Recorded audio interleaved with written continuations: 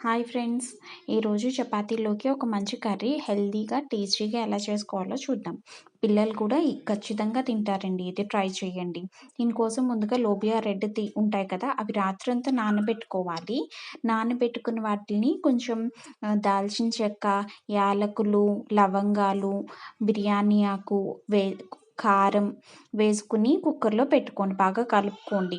ఇదే టైంలో మీరు అల్లం వెల్లుల్లి పేస్ట్ కూడా యాడ్ చేస్తే అది ముక్కల్లోకి వెళ్ళి టేస్టీగా వస్తుందనమాట.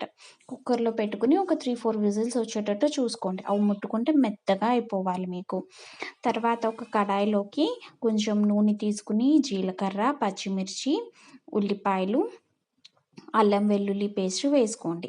ఉల్లిపాయ వేగిన తర్వాత టమాటో ప్యూరీ వేసుకొని బాగా కలుపుకొని దాంట్లో garam masala powder, coriander powder, జీరా పౌడరు, లైట్‌గా కారం వేసుకొని కలుపుకోండి. అది కొంచెం కారం అది వేగింది, ఆయిల్ పైకి తేలుతోంది అనుకున్నప్పుడు మీరు ఆల్రెడీ ప్రిపేర్ చేసుకున్న ప్యూరీ ఉంటుంది కదా!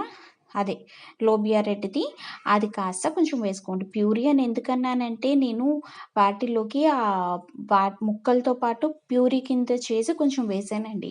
మా ఇంట్లో ముక్కలు తినేవాళ్ళు తక్కువుంటారు. హెల్తీగా కావాలి అనుకునేది ఏదైనా సరే ఇలా కొంచెం బాయిల్ చేసి మిక్సీ పట్టేసి చేస్తాను. థిక్ కన్సిస్టెన్సీ వచ్చేంత వరకు చేసుకోండి. చపాతీలోకి కూర చేసుకుంటే భలే టేస్టీగా అనిపిస్తుంది. ట్రై చేయండి.